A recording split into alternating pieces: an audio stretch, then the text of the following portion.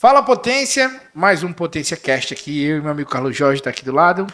Tá, fera. Alagoanice, né? Uma marca top Rapaz, daqui de marca Alagoas. top aí. Estamos aqui mais um Potência Cast. Tava Pois com é. saudade de você, viu? Tava? Tava, velho. Você não diz isso fora das câmeras, porque você só diz isso quando liga as É câmeras. porque é bom tornar público o nosso amor e sentimento por alguém que é tão tá importante, certo. inspirador e mais bonito de todos do setor oeste lá do Você é Vegel. um cara incrível. Foi profundo, foi nessa declaração de amor. Foi mesmo. Inclusive, Ei. eu estive lá no pré-lançamento do seu documentário. Documentário que tinha um nome Lá Vem o Sonhador e depois mudou de nome agora. Os caras... Ninguém notou isso, mas eu notei lá. Eu tava calado, mas eu notei. Anunciaram como Lá Vem o Sonhador. Aí do nada chegou lá no dia, ficou. Jorge mudou Jorge o mundo. mudou o mundo. Eu É o gostei diretor, eu também ficou bonito. Gostei muito do título, inclusive tem muito a ver com a sua história, inclusive. O cara que mudou o Vegel. E Mas também hoje. teve lá o filme Doar, Sim. né? Que foi excepcional também pra gente fortalecer a cultura da filantropia. Mas estamos aqui com ele. Tá muito bom esse documentário do ar, inclusive. Ele tá disponível nessas plataformas aqui do YouTube. Tá, eu também. acredito que já esteja no YouTube Então, já. se você tiver interesse, você pesquisa aí. Doar. E também agradecer mais uma vez a parceria Maceió Shop, Kinoplex e o nosso padrinho, não posso falar, não vamos falar Não, dele mas já agora, tá na que ele vai thumbnail, aparecer. já tá na thumbnail, já tá tudo, pô, todo mundo sabe. Esse negócio do cara, você não sabe quem tá aqui, velho, o cara já Não, mas não adiantou no YouTube assim, ó, já sei quem é e volta. Eu faço isso direto. Se eu iniciar um vídeo, eu quero dizer bem assim, eu vou dizer que você quem tá aqui, peraí, aí vejo quem é e volto. Só tem que fazer o mal, né? Véio. Então assim, mas tem um cara muito importante com a gente aqui, ele é artista plástico, multidisciplinar, é do Nordeste, já fez exposição em São Paulo, tem uma mistura ali de arte plástica com engenharia, que eu quero discutir sobre isso, é uma área que eu gosto muito, inclusive, e nós estamos aqui com o Diego Balch, seja bem-vindo, Potência. Peraí. Valeu, Carlos Jorge. Together. Diego, diz aí, E aí? cara, primeiro, é interessante conhecer um pouco da sua história, né, porque o Diego fez administração, engenharia e depois se tornou artista plástico. O que agrega, Rapaz. ou tem tudo a ver nisso? Eu não tô enxergando ainda a Se eu for conexão. falar da minha história, a gente vai entrar no universo. Bora, a velho. gente tem Vai uma ser hora de loucura, papo aí, vai ser loucura. depois a gente chega lá. Então, velho, desde pequeno eu sempre fui diferente, velho. Eu 3 anos, 4, 5 anos eu não ouvia Xuxa, não. Não, assim, minha irmã, todo mundo Xuxa, Balão Mágico, eu gostava de Elvis, eu gostava de música clássica. É uma viagem, né? Então, assim, eu Love sou... me tender, love me sweet, Parece uma... never let me go, you are still love complete. Sai que eu sou casado. Love me tender, Sai daí, eu... love me true. Desculpa. E aí, velho, eu A tenda é boa, eu sempre né? fui um pouco. Eu me achava estranho, até pro planeta Terra. Então, Caraca. vai essa loucura aí. Aí você vai crescendo e você vai entrando naquela coisa de família, né? Não, você vai fazer faculdade, você vai estudar numa escola, que é um tipo de ensino que eu acho ultrapassado, esse tipo de ensino, e eu acho que já deve estar mudando. Aí você entra numa faculdade e fica ali estudando aquela coisa que, enquanto você está estudando, ela já está desatualizando, entendeu? Aí fiz engenharia, fiz administração, só me formei em administração, a engenharia eu abandonei. E trabalhei período? muito Qual período? tempo no segundo. A engenharia no segundo. Mas Não chegou ainda nem eletromagnetismo. não, mas administração eu me formei. E aí, trabalhando na empresa do meu pai, indo para a obra, o sertão todinho, Petrobras, tudo que você pode imaginar, aeroporto de 3 estados, eu não me conectava com aquilo, apesar de gostar. Eu gosto de reforma de obra, mas eu não me conectava. E aí, uma vez eu viajando, estava na Argentina, voltando, eu tive uma crise de pânico dentro da aeronave. Eu voltei da Argentina até o Rio de Janeiro com os pés para cima, pô, da aeronave, assim. Caramba. Crise de pânico, pensando que ia morrer, o braço dormente, eu pensando que era alguma coisa cardíaca, né? E não, depois eu fui para o psiquiatra, eu sou acompanhado até hoje, síndrome do pânico. E era a minha insatisfação pelo meu trabalho. Que o sistema vai levando você para fazer... É sempre aquele padrãozinho, né? Que ou é médico ou é advogado. E eu não me conectava com aquilo. E eu me lembrei que desde os 3 anos eu não me conectava.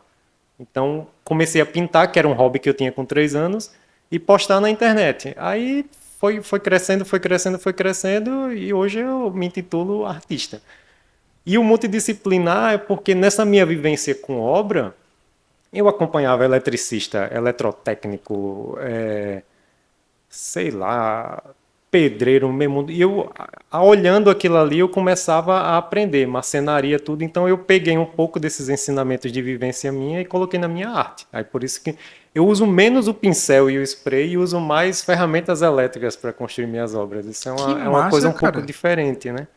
Ferramentas elétricas. O que você intitula como ferramentas elétricas? Ah, velho, eu tenho lixadeira, máquina de solda, multímetro. Eu faço obra que no meu quadro tem Sim. capacitor, tem neon e tem chave. Você nunca viu um quadro que você tem uma chave de liga e desliga e você liga um LED na tela. Então, vai muito nisso. Tem fiação nas minhas obras. Gente, Então, por isso que é uma forma contemporânea, né? Tipo, porque, contemporâneo. Tipo, não tem, e, não tem uma relação. até vanguardista, né? Até à frente um pouco. Assim, eu não gosto de seguir muito o modelo. Eu vou...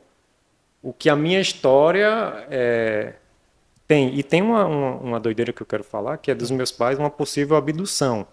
Então, vem daí.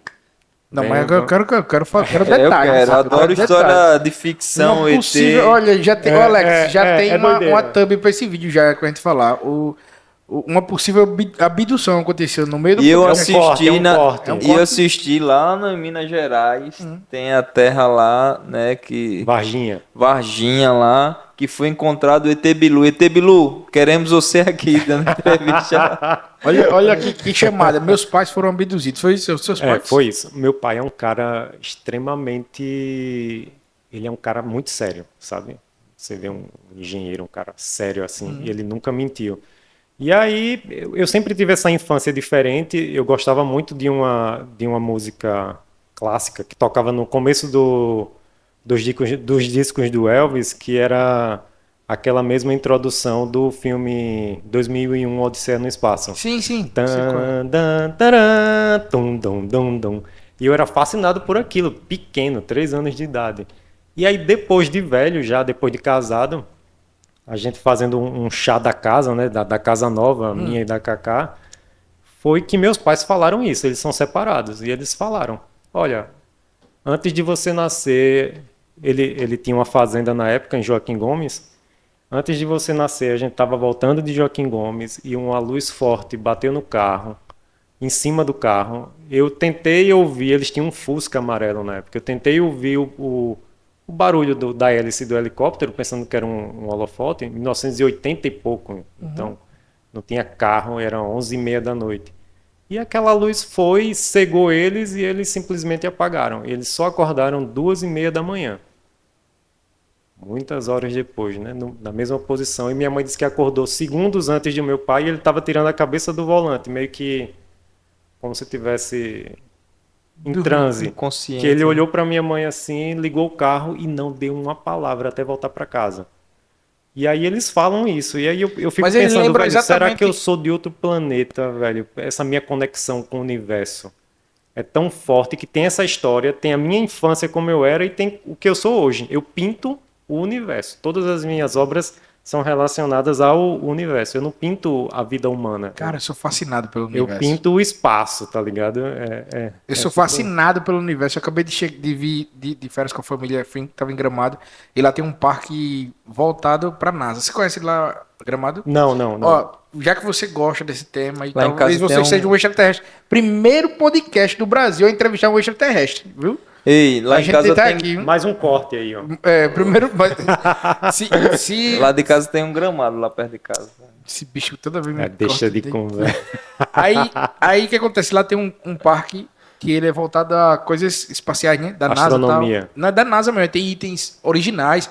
Aí na frente tem a Saturn V, que é o foguete que levou o pessoal da Apollo 11. Sim. Aí tem uma réplica, né? De acho que é uns 40 metros por réplica. Vou te mostrar daqui a pouco a foto, tem aqui. E dentro você passa por uma imersão, você passa como se estivesse subindo no foguete. Eu fui com a minha filha. A gente titulou eu e minha filha como o melhor dia do pai e da filha de todos os tempos. A gente tem um dia de pai e da filha. Sim. E aí, nesse dia, Pô, foi muito massa. E essa música Rocketman que eu tava cantando, é porque me Rocketman, me lembra esse dia, porque a gente ficou ouvindo durante toda a experiência essa música. E hoje, se eu e minha filha, a gente ouvir essa música junto, a gente chora, porque a gente lembra desse dia. E é uma coisa recente. Nessa imersão do negócio, aí tem muita coisa do espaço, tá? Acho que tu ia gostar mesmo. Mas, bicho, eu tô interessado ainda nessa história. Peraí. Teu pai lembra de alguma coisa? Então, ele falou isso, ele falou, olha, eu não queria falar sobre isso, nunca falei, mas realmente aquilo ali não foi coisa da Terra, porque não ficou um foco redondo de luz em cima do carro, seguindo o carro, e tipo, eles apagaram ao mesmo tempo e acordaram, porque sempre quando eles voltavam de Joaquim Gomes para Maceió, eles voltavam à tarde. E dessa vez eles voltaram 11 horas da noite, porque minha mãe porque queria vir para Maceió. Meu pai, não, vamos amanhã, não, vamos hoje. Aí ele se lembra exatamente que saiu de 11 e pouca da noite. E acordaram no meio do nada. Mas eles estavam no meio do mato ou na estrada? Na estrada, mas naquela época não tinha muito movimento de carro, principalmente essa hora, 11 e pouca. Eles acordaram 2h30 da manhã, minha mãe ainda lembrando isso, e ele falou, eu tenho as cartas, eu fiz uma exposição em São Paulo, eu tenho as cartas do relato de cada um. Eu fiz, não, isso aqui, e isso foi recente, viu? Eu soube disso há 4 anos atrás. E aí, quando eles fizeram isso, eu pego esse papel e faço o relato de cada um. Aí eles fizeram, eu tenho essas cartas. Mas no caso, as suas obras, especificamente com as cartas, foi inspirada nesse acontecimento? Ou não? Não, eu já pintava coisa do universo antes de saber disso. Ah, então meio que foi um mapa ali. Eu com 3 anos eu gostava de tudo que era relacionado ao universo. Eu tinha binóculo, eu tinha telescópio, tudo Olha, isso. Como são as coisas. Quando o Diego entrou aqui no podcast, a gente tava cantarolando o Rocketman, né? Com o Homem do Foguete. Rocketman, inclusive eu tenho umas 2, 3 telas sobre essa música. Eu vi no teu portfólio. E eu só tava cantando porque ele me mostrou a experiência dele na NASA lá. Eu escuto muito David Bowie e Elton John pra pintar. Eu escuto sempre Tiririca e Falcão. Não cheguei nesse nível ainda, mas vou chegar. Sim, véio. Diego. Aí, peraí, bicho. Eu tô ainda me situando aqui, viu, cara? A conversa a gente não esperava, você não esperava. Não, isso aqui é primeira mão. O cara iniciou o podcast dizendo assim, me senti estranho até para o planeta Terra. Eu me sentia estranho. Sentia estranho até para o planeta Terra. Até anotei aqui. Porque eu ia puxar esse gatilho no final. Mas não, o cara já no início já trouxe aqui Se você pegar uma viagem, a gente tá aqui agora, né? Estamos aqui em Maceió, no bairro Gruta. No bairro da Gruta. Aqui é Gruta. Daqui 100 quilômetros, é o quê? Milagres? São Miguel dos Milagres? 100, 120 quilômetros. 100 Milagres. É perto, né? Não, acho que é um pouquinho mais. Acho que dá umas 2 horas para chegar em Milagres. Mas é por causa da estrada. Mas 100 quilômetros não é perto? Você pegar o carro e dirigir? Só que se você for daqui, em uma linha para cima, 100 quilômetros, acaba o planeta Terra e começa o espaço. Se chama linha de karma. Então a gente está muito perto do universo e a gente esquece de olhar, pô. A gente esquece de olhar, a gente esquece de entender que a gente está num contexto tão grande, que a gente é tão pequeno, né? E até as prioridades mudam, né? Quando a gente tem dizer, poxa, tem tanta coisa poderosa. Inclusive, vários astronautas, até ateus ou agnósticos, não sei, que quando saem do planeta Terra, no foguete, quando eles avistam o universo, eles começam a sentir uma presença de Deus maior. Muito maior do que qualquer religião, de anos de religião. Naqueles segundos ali, naquele universo, você sente uma presença de Deus muito forte. Eu tenho uma frase que eu falo o seguinte, que todos os dias eu gosto, onde eu estiver, se eu puder, eu vou apreciar o nascer e o pôr do sol. Muitas vezes trabalhando, você tem teto em tudo que é lugar, você não consegue, né? Mas eu sempre falo para as pessoas que estão comigo, para mim, o nascer e o pôr do sol, eles são pinturas que Deus faz para que a gente tenha a ciência de que tudo tem fim e tudo tem começo. Pô, filosofou, hein? Pô, só eu que não filosofei ainda, mas daqui pro final eu acho algum filósofo aqui para me inspirar. Mano. E aí eu acredito muito em Deus, né? E aí eu sempre vejo como um momento ali, e por ser empreendedor, por ter uma história ligada ao empreendedorismo, que precisa acreditar no recomeço, inclusive, eu sempre uso o sol como um guia em relação a isso. Inclusive, eu tenho uma teoria, né, que para mim Deus mora no sol. E aí, no sol.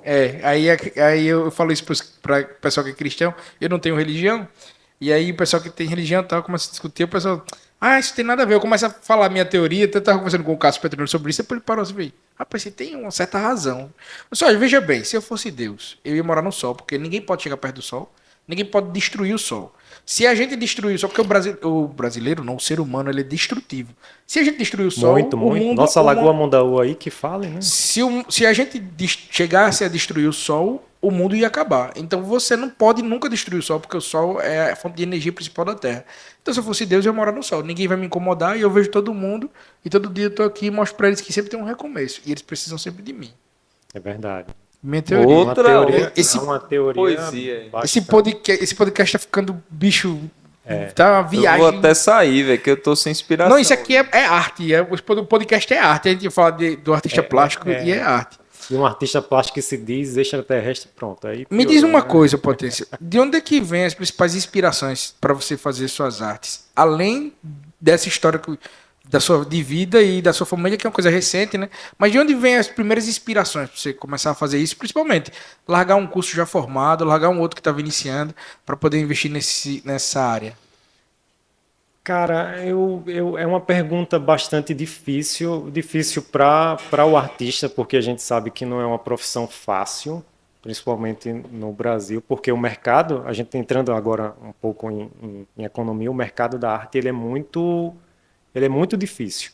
Ele é muito difícil. Eu vou explicar depois, mais ou menos em números, o que representa o mercado, mas respondendo a primeira pergunta, eu acho que sempre geopolítica, economia, o papel do ser humano no planeta Terra, a evolução do ser humano para esse planeta é o que começou a me fazer pintar. Então eu comecei um pouco aqui dentro da Terra e depois eu saí para o universo, a pintar, né, no caso. Uhum. Mas eu acho que sempre o nosso papel na humanidade. E o que me motiva a ser artista... Qual era a sua outra pergunta mesmo? Era a inspiração. De onde veio a inspiração? Principalmente para você fazer as primeiras artes, né? Porque... Foi geopolítica, tudo relacionado ao que o humano faz com o planeta, sabe? E toda essa... Foi o que até o Carlos Jorge falou, o homem é destrutivo, né? Ele acaba...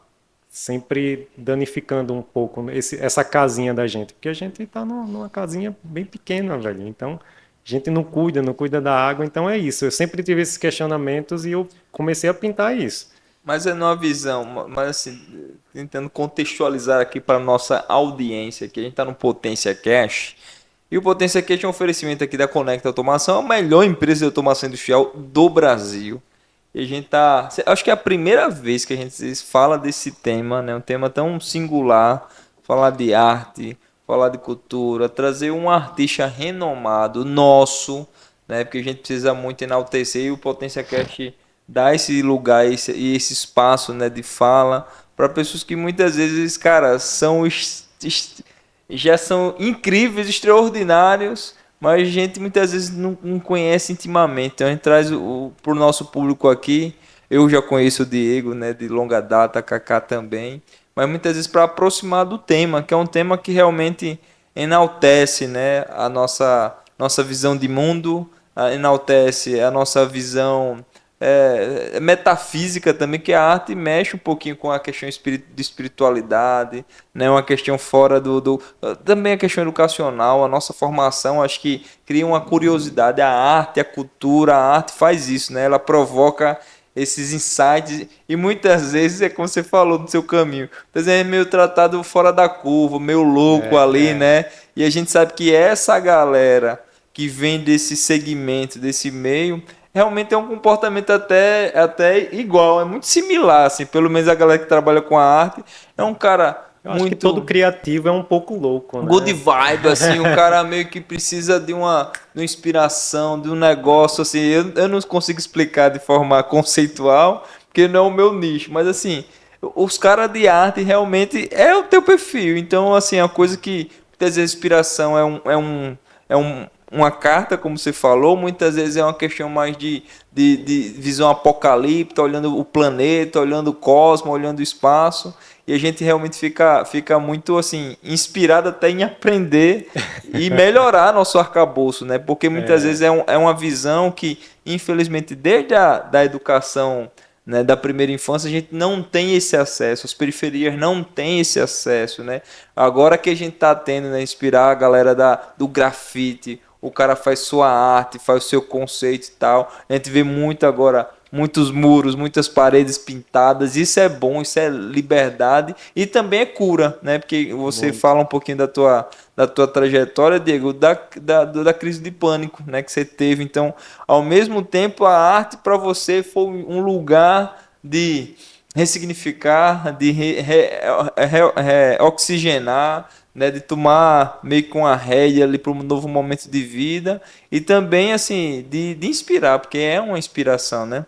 Mas eu vou deixar minha pergunta aqui, né, uma pergunta para aprender mesmo, assim, em quem você também se inspira? Porque muitas vezes a gente tem algumas referências ali, pô, tem gente que vai dizer, o Shakespeare, né? Eu vou dizer nosso pintor aqui, esqueci, rapaz, até a gente teve com o Rafael aqui, que era discípulo do Pierre Chalita, né? Então, assim, ele falando também de como o Pierre era exigente e tal. Em quem você inspira? Qual a tua trajetória, se você tiver, ou se não for um insight? Você fala de artistas. De artistas, ou se não, sei lá, qual foi a inspiração no belo ou não belo ali, né? Porque muitas vezes a arte é muito subjetiva. Como é que foi esse caminho de criação? Em que você inspirou, em quem você inspirou? Cara, tem uma galera que eu me inspiro muito, velho. Um deles é eu acho que é inglês, que ninguém sabe a identidade do cara, que é Banksy. Banksy, ninguém sabe quem ele é, mas eu me inspiro muito na arte dele, esteticamente falando. O stencil que ele usa, inclusive eu uso stencil em algumas obras minhas, que é você decalcar num papel e só passar o spray. Quando você tira, já está lá a figura, né? Os gêmeos, Rodolfo e Otávio, eles são assim, muito tops. Para mim, eles são os grafiteiros mais incríveis do Brasil e do mundo. Assim, E a história deles também é um pouco parecida com a minha. Eles têm uma história de dizer que também veio de outro planeta, lá. Então, os gêmeos, eu gosto muito do Delson Show aqui de Alagoas, um grande artista plástico. Eu acho que me inspira muito. E se eu for entrar qualquer coisa criativa que me inspira, hip hop me inspira muito para produzir. Jazz me inspira muito, blues e rock antigo assim. E como você inicia o processo de criação? Tipo, você vai criar agora, você primeiro cria, existe um roteiro, existe uma definição do que vai fazer? Surto criativo. Do lado da minha cama eu tenho um caderninho e um lápis. Então, quando eu tenho surto criativo, eu faço de 5 a 10 esboços de obras e guardo. Aí depois eu pinto aquelas obras, mas são surtos que vêm. E quando eu estou pintando, boa parte das vezes eu estou em transe. Eu nem lembro o que eu estou pintando. Eu saio no automático. O pincel pega a tinta da minha mão, o spray a minha mão pega o spray, pinta, e eu às vezes nem sei o que eu estou fazendo direito e a tela sai. Meu irmão, então, você não é da Terra não, mesmo não, pô. Já tá definido já. É surto criativo. Algumas pessoas relatam isso, né? Muitos músicos, quando estão em um processo de criação muito grande, você entra em transe. Então você acaba... É como se outra coisa assumisse você e estivesse fazendo por você. É meio que isso. E assim, eu meio que eu me conecto muito com o que você fala, porque tipo, eu já fiz algumas canções, né, pra Lagoa. E meio que muitas vezes o insight vem ali na hora, né? Eu lembro na madrugada, eu trabalhava de motoboy na Santa Casa. Cara, eu vou fazer uma música aqui, quero participar de um tinha um evento, né, para música, para arte, para composição. E ali eu botei só o nome da música, o meu lugar. Disse, pronto, tem que dizer. Aí fiquei ali, né, tentando botar uma melodia meio que padrão de Djavan de criar, né? Porque o Djavan muito ele faz a melodia. Ele se comparou com o Djavan. O cara humilde é humilde. Não, mas minha inspiração, irmão. Desculpa. Você se inspira, você que está se comparando. Não, pelo amor de Deus. Existe uma teoria que essa música ela já estava pronta. Essa música ela já estava pronta. E ela estava precisando de uma mente criativa que pegasse e redigisse ela. Então ela passou por você, você canalizou ela e você escreveu. Então isso é um livro que eu li. Eu acho que é Sonhe como um Artista, esse livro. Isso tem a ver, sabe com o quê? A gente falando sobre Terra e planeta Terra aqui. Se liga, Alex, agora eu vou profundo de novo. O Alex tá meio sério no tema. Não, eu tenho que tomar até um café para continuar essa história. Bota café aí, por favor. Opa! Ó, sabe que as primeiras ondas de rádio emitidas aqui na Terra, tipo, sei lá, década de 1857 precisamente, do Tesla lá. Pronto. Então as primeiras ondas de rádio emitidas lá em 1857, elas ainda estão propagando pelo universo, ou seja, elas vão chegar em algum lugar. Então pode ser que essa sua música foi escrita em outro lugar do universo e ela estava sendo propagando pelo universo e do nada ela veio e entrou nessa caixa que você chama de crânio. Ó como é bonita. Eu nasci em um lugar que é banhado por águas, bem do ladinho do mar, só que com águas mais calmas, onde tem um povo hospitaleiro e trabalhador, e também esse povo é empreendedor. O meu lugar é Lagoa Mundaú, oi, o meu lugar é rico de sururu, mas o meu lugar é Lagoa Mundaú, oi. Foi eu que fiz quando eu canto, quando eu mesmo interpreto, porque a galera olha assim pra mim, se esse cara aí canta, quando eu abro minha voz parece um sabiá cantando, e olha que a música também eu compus. Já pensou Djavan cantando essa música? Não, eu até faço um apelo aqui, pessoal, se alguém conheceu o Djavan, eu deixo ele gravar essa minha música. E tem outra, vou tomar banho de lagoa, eu vou catar meu sururu. Poxa, essa daí parece do... Vou deixar tu bonitinha. Já é no estilo minha do... lagoa. Eliseu Seton. Do Eliseu Seton. Já é estilo Eliseu Seton. Lembrei logo dele. Eu gosto demais do que é nosso. Então, essa música ela estava pronta, pô. Você simplesmente foi a mente que se conectou com ela e redigiu. Por isso que... Liga aí. Você pensou em cada frase ou foi escrevendo sem pensar? Fui escrevendo. Porque assim... É isso que acontece comigo. O meu modelo é meio sem pensar. O meu modelo é meio que pegar as frases e meio que é como as frases cantassem, as palavras que eu escrevesse cantassem. Então eu penso muito mais na melodia e depois eu vou encaixando as palavras, né? Vou lançar um desafio para mim mesmo agora. Eu vou escrever um texto sem pensar. Daqui pro final eu vou publicar ele. Tudo que aparecer eu vou colocar. Não vai ser uma música, não, vai ser um texto. Agora tem outra informação. Eu também quero entrar nessa arte dos artistas em transe, pô. Infelizmente, ainda, né? O Brasil tem um déficit muito pequeno em relação à criatividade, em relação à inovação, que eu acho que isso é um desafio nosso.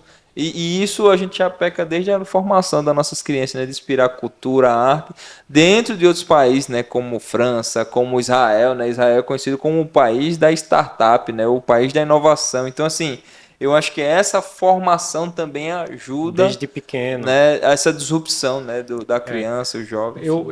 Recentemente eu fui para a Europa e eu vendo lá as crianças, 12, 13 anos, tendo aula de artes. Na minha época, a aula de artes era decalcar, com aquela professora, decalcar um caderno de desenho de gibi, alguma coisa assim. As crianças estavam lá fazendo uma releitura de uma obra de Picasso. Então, assim, cultura é muito importante desde o começo para educar a população, educar o país, para ter um maior consumo de arte. Mas isso está relacionado à economia.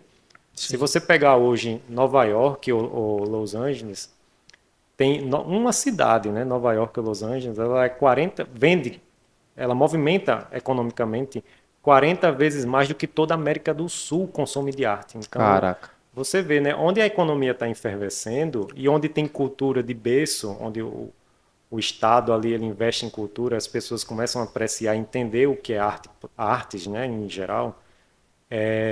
Esse mercado ele se movimenta, ele aquece, né? A China agora é o terceiro maior consumidor de arte do mundo, entendeu?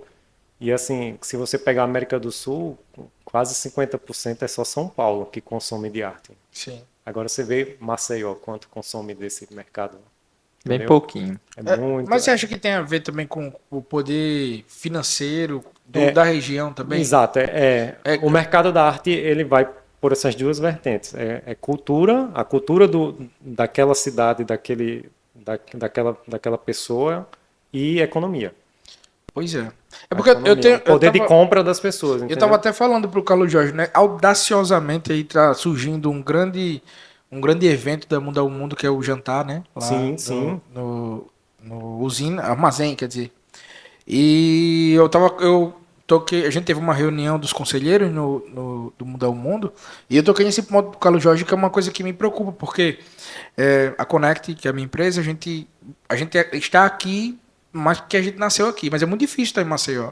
Sim. Porque uma empresa como a nossa, que trabalha com indústrias, com obras, se mantém em Maceió, onde o potencial industrial é baixo, e o ticket médio dos nossos produtos são altos, então para vender daqui, assim, e a logística daqui é caro, para sair um produto daqui é caro, para vir para cá é caro, passagem aérea hoje, por exemplo, como eu tenho escritório fora do estado, então eu viajo todos os meses e tenho obras fora, e para sair, para me locomover é muito caro. Vou dar um exemplo prático, a gente está com uma obra no Paraná agora, em Ponta Grossa.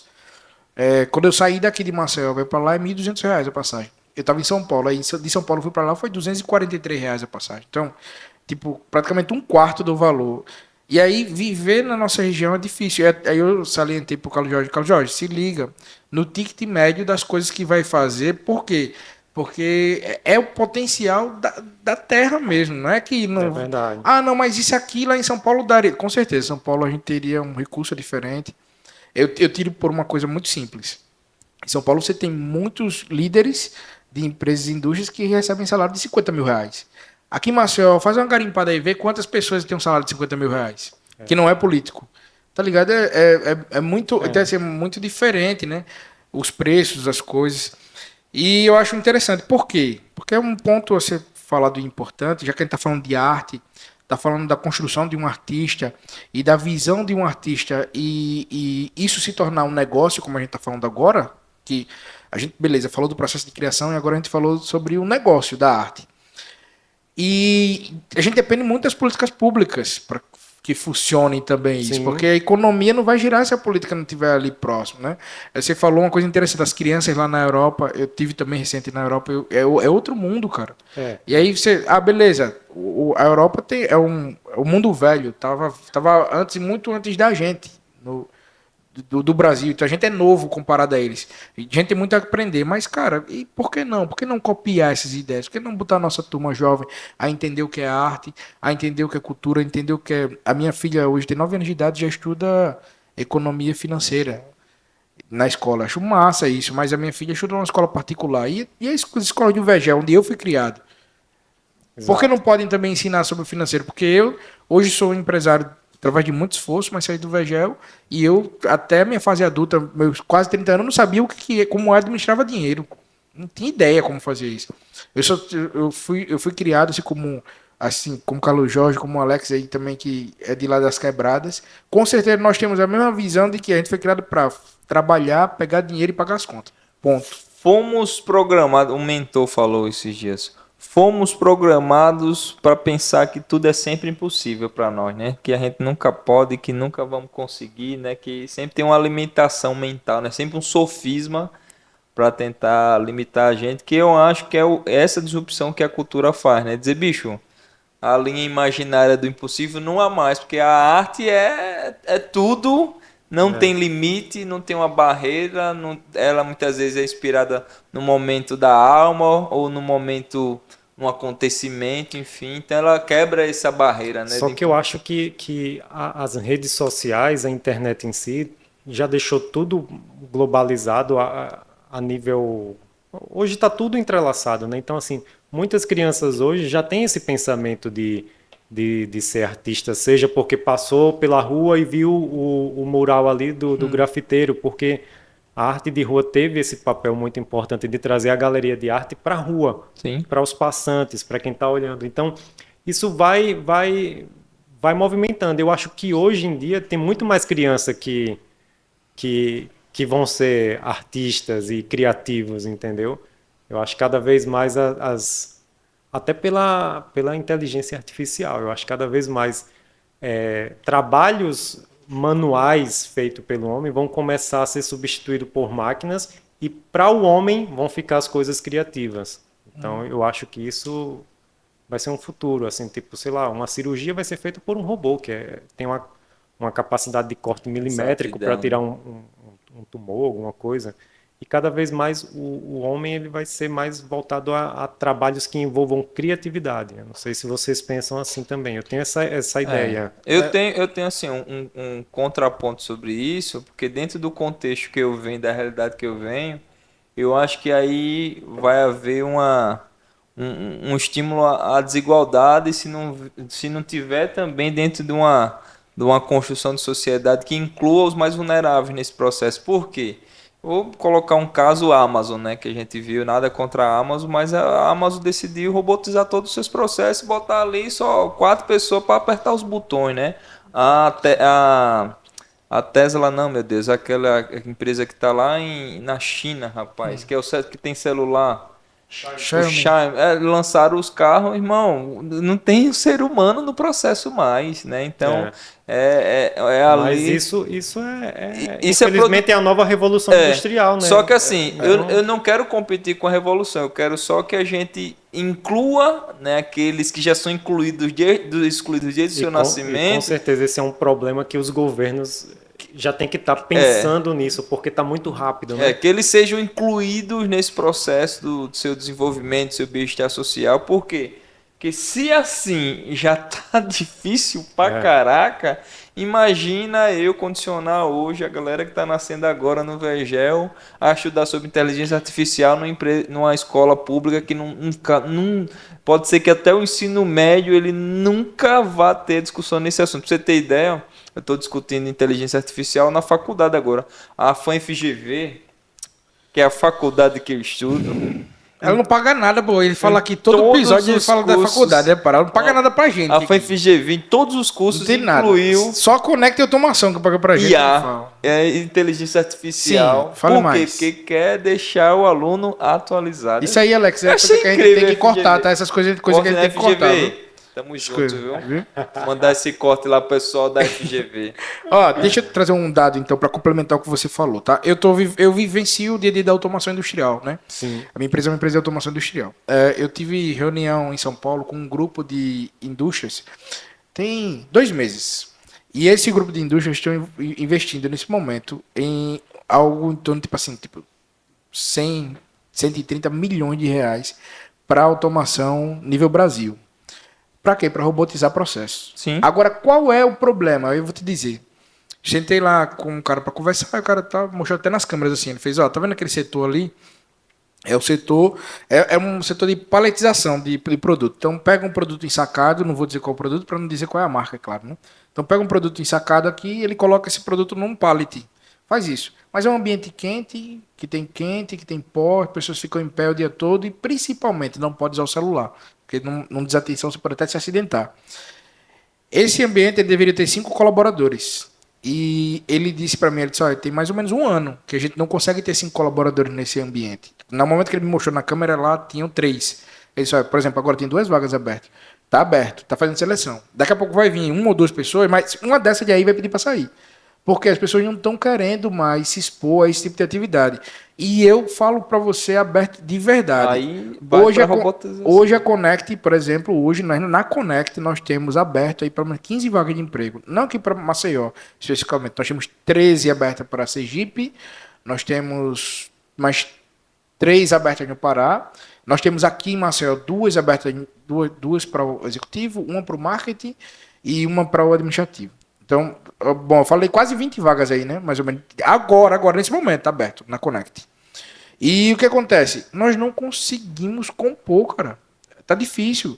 E aí é muito... Eu fico assistindo, eu vejo nos jornais que falam métricas como 11, 12, 13, 19 milhões de desempregados no Brasil e conflita com os empresários que eu conheço, as empresas que eu vou, que estão com vagas abertas. Tipo... Tem uma indústria no Pará que eles não conseguem completar o quadro dele tem 2 anos. Não consegue estar com o quadro 100% cheio. Agora, veja bem, porque as pessoas não querem mais trabalhar em empresas que trabalham no final de semana, que trabalham com manutenção, que trabalham em um ambiente com calor, com pó. E, tipo, o que está acontecendo com a humanidade? Então, a gente está perdendo para a gente mesmo. As empresas estão investindo em automação porque não estão conseguindo mão de obra. E antigamente, quando eu comecei a trabalhar na automação, a automação ela era necessária em processos produtivos para poder manter a qualidade. Tipo assim, o açúcar que a gente come, esse açúcar, ele tem que ter essa mesma gramatura, o pH, tudo no mesmo nível de qualidade sempre. Então, para isso, era um processo robotizado, controlava a temperatura, adição de produtos, para poder ele fazer. Beleza, aí justifica bem a automação. Hoje em dia, o maior ponto da automação, a maior necessidade da automação é para suprir a necessidade de seres humanos que não são encontrados para exercer cargos que é visto como cargos tipo, vamos cansar demais, vai ser muito cansativo. E é realmente cansativo, né? Você ficar em pé, no pó, no calor. Eu já trabalhei muito assim, trabalho muito em indústria, trabalho muito em ambientes assim. Mas o que está acontecendo com a humanidade? A gente está perdendo para a gente mesmo porque a gente está forçando o investimento em automação. A gente, eu lembro da minha adolescência, eu ligava de orelhão, né? Você vê o quanto a gente evoluiu tão rápido, né? O quanto está surgindo de tecnologia. Então, eu acho que a gente está no ápice de uma revolução industrial 2.0 e que tá todo mundo meio 4.0 a gente está participando agora. É a quarta revolução industrial. E aí tá todo mundo meio que perdido, velho. Eu acho que tá todo mundo esperando para ver o que está acontecendo, o que vai acontecer. E assim, o processo todo, aí precisamos falar de geopolítica, né, de globalização nesse processo. O problema todo é que a gente não só foca nas questões de automação ou de inteligência artificial, mas infelizmente as guerras cooperam para isso, né? Muitas vezes, né, um contexto, né, de radicalização também, né, de processos políticos, enfim, tudo isso gera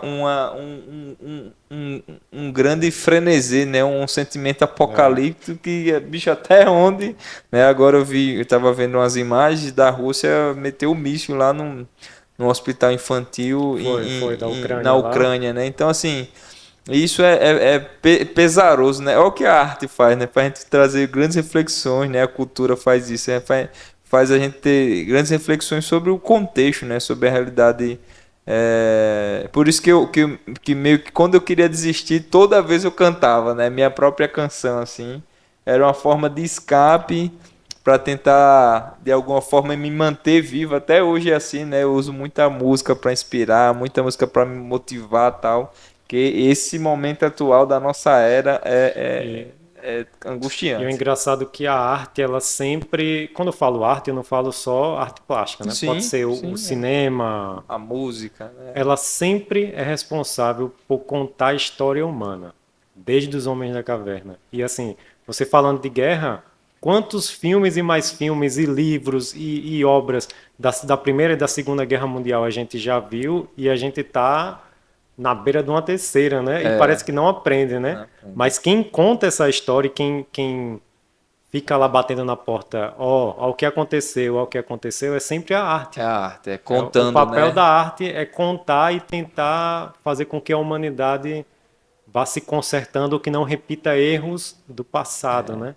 E é como tem uma campanha todo ano, We Remember, né? Nós lembramos, tipo assim, para nunca esquecer, né, o que aconteceu no passado e quantas máculas, né, a guerra, o radicalismo, a política traz. Até assisti um filme documentário, cara, sobre Hitler, mas assim, um filme documentário não narrado, né, não narrando a história, mas o contexto do que estava acontecendo. Cara, por historiadores e assim, por pessoas altamente diversas, de todos os clérigos, né, vários comentaristas de todas as religiões, de todas as nações, país da Alemanha, gente, né, dentro do contexto assim, para gerar uma diversidade e um nível de verdade. Então, cara, quando você entende o contexto, Berlim ali, então ele começa a explicar o contexto do acontecimento. Aí você, cara,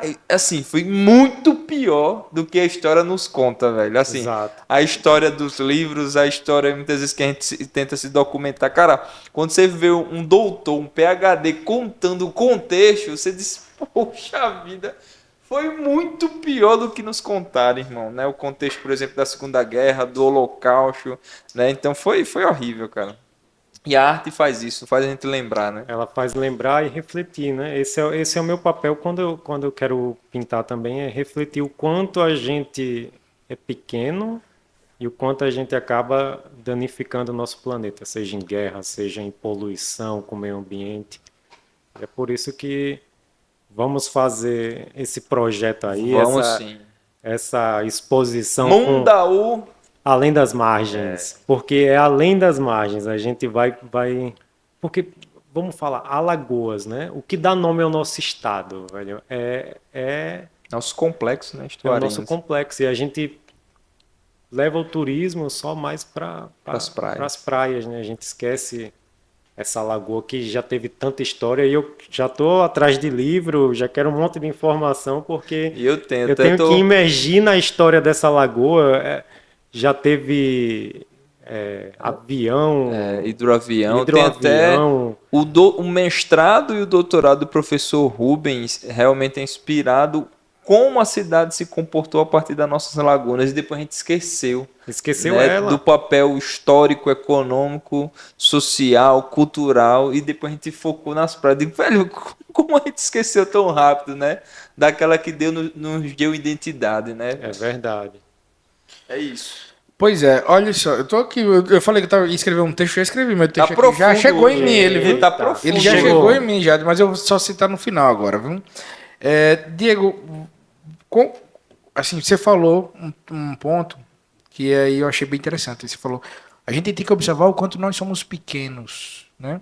E aí você falando isso e voltando à história do espaço, acredito que você tem conhecimento sobre a foto que foi tirada de, acho que Saturno, que o Paulo do Ponto Azul, que Carl Sagan fala a 6 bilhões de quilômetros de distância da Terra. A última imagem antes de perder comunicação com aquele satélite, né, foi vira ele para a Terra e tira uma foto. E lá dela a gente vê um pontinho azul que Carl Sagan chamou ele de Paulo do Ponto Azul. Ou seja, e ele fala lá no texto dele algo desse tipo, não lembro de cabeça, mas todo mundo que você já conheceu ou vai conhecer na Terra, você e toda a sua família, todo mundo está presente ali, naquele pequeno pontinho que ali, um grão parece um grão de areia na luz do sol, né? É verdade. Então, e que se a gente fosse, eu vou começar a falar umas teorias aqui, viu? Vai. Eu gosto assim. Que você sabe que as luzes das estrelas que a gente está enxergando hoje no céu, que a gente não enxerga muito em cidades, por causa da luz da cidade, então a gente tem que ir para o interior para conseguir olhar o céu, né? Sim. Eu fui para Mata Grande agora, recentemente, foi que eu fiquei abismado, assim, olhando numa fazenda, olhando para o céu novamente, sabe? Consegui ver a Via Láctea. E aquela luz que a gente está vendo é de bilhões e bilhões de anos atrás. Então, se tem alguma vida vendo, que eu acredito que tenha, vendo a gente aqui, a gente nem nasceu ainda para aquela pessoa que está vendo, porque ela está vendo uma imagem da Terra de bilhões e bilhões de anos atrás. A luz do Sol ela demora 8 minutos para chegar na Terra. Então, quando você olha para o Sol, você está vendo um atraso, um delay de 8 minutos. Então, assim, o nosso tempo, a nossa vida aqui, mais ou menos 80 anos, o ser humano vive, é muito pequeno, né? É muito relativo. Então, assim, o papel, por exemplo, do Carlos Jorge, ele está deixando uma contribuição ali naquele entorno da lagoa, entendeu? Eu quero também, como artista, deixar alguma coisa que consiga evoluir um pouco esse planeta. Eu sei que a gente não pode agarrar o mundo, porque a gente não consegue, né? Tem aí os chefões da geopolítica que não vão deixar, mas é muito importante cada um fazer um pouco de bem, sabe, para o próximo, nem que seja do lado, porque a gente é tão pequeno e às vezes a gente se acha tanto o centro do universo, né, que se você olhar uma foto daquela, acho que poucas pessoas viram aquela foto, vão falar, poxa, velho, a gente realmente é muito insignificante. A gente é muito grande, mas a gente de tamanho é muito insignificante, entendeu?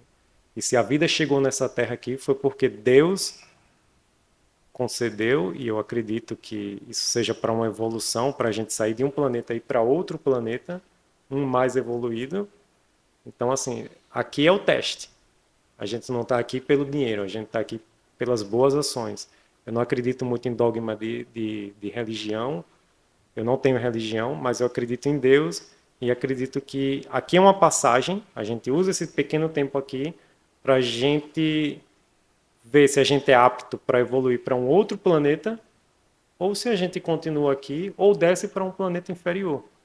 Porque eu não consigo conceber que um universo tão grande, com expansão tão grande, só tenha vida naquele pálido ponto azul. Eu não sei se vocês têm essa crença de que existem vidas em outros lugares. Eu acredito que tem a ver. Eu acredito. Na verdade, assim. Eu desconfio que o Erickson veio de Marte. Olha, veja bem. Não, de Marte. Não, na verdade, eu acredito. Eu nunca quis falar nada. Na verdade, é o seguinte: é bem fácil de identificar que na nossa galáxia só tem a vida pensante nós, né? A não ser que tem um superior que está escondido, que tem um campo visão. Eu não digo nem na nossa galáxia, mas eu digo no nosso sistema solar, porque se você pegar a nossa galáxia, tem 100 milhões ou bilhões de estrelas. A gente não conseguiu catalogar tudo isso. Então, eu acho que tem algum êxodo. Não, na verdade, eu falo no nosso sistema solar. Nosso sistema solar não dá para identificar. Agora, fora...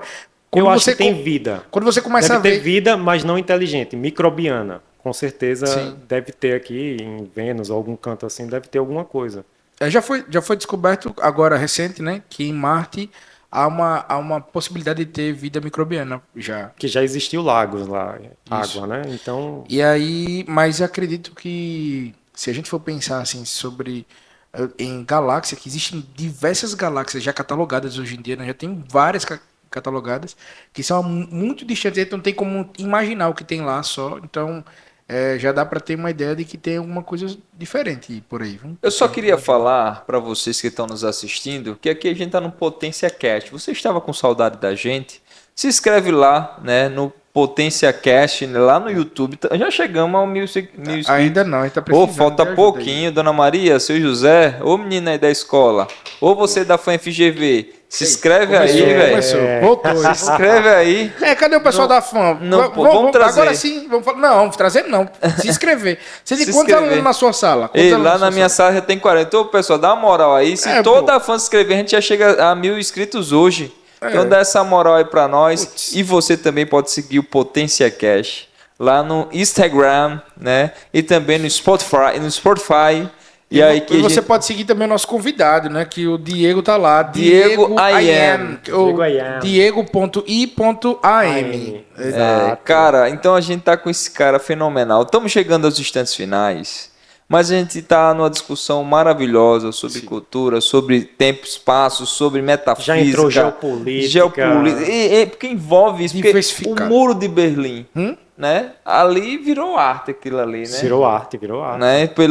Então foi o poder da cultura, dos artistas, também da sociedade civil organizada, que rompeu, né, aquele muro que dividia a Alemanha Oriental da Alemanha Ocidental. Imagina você ser dividido por um muro, né? Caramba, os seus parentes já do outro lado do muro, né? Como aconteceu com a Coreia do Sul. Até hoje tem os pais na Coreia do Norte e os filhos na Coreia do Sul, né? Imagina a dor, né, disso, né? De você ver, muitas vezes os pais desses já faleceram, né? Os seus antepassados. E você está num país, muitas vezes, de liberdade, né, como a Coreia do Sul, né, de maior liberdade, enfim, e essa divisão, né, é doloroso isso, né? É verdade. E eu acredito que a gente tem que cada vez mais lembrar que nós estamos nesse pálido ponto azul, e é por isso que qual o sentido, né, das guerras, das divisões territoriais, das brigas? Eu acredito, sabe que a gente tem um potencial muito forte.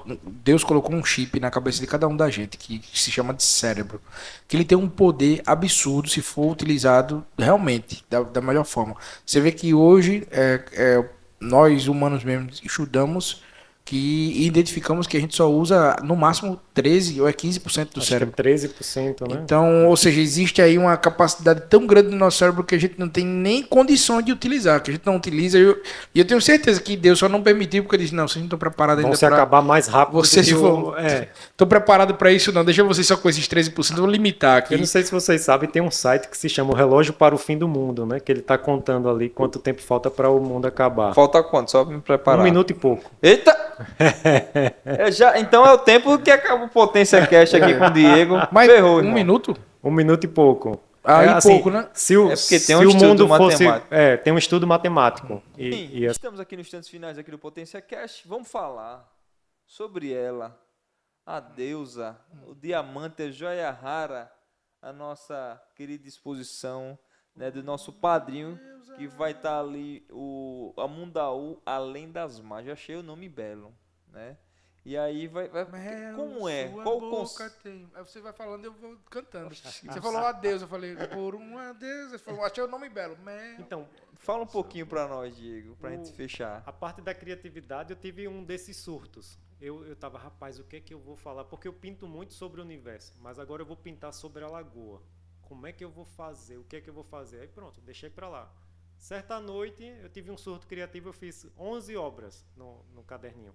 Então eu já tenho essas 11 obras que vão se transformar em 22, que é o que eu penso, 2 de cada tipo. Então, rapidinho assim, o surto criativo veio e me deu a resposta. Ela passou, eu peguei. Meu irmão, que doido. Mas a ideia é a gente relembrar a importância e toda a história da Lagoa Mundaú. E a gente vai reverter a venda dessas obras. Junto no evento a gente também vai ter um leilão, né?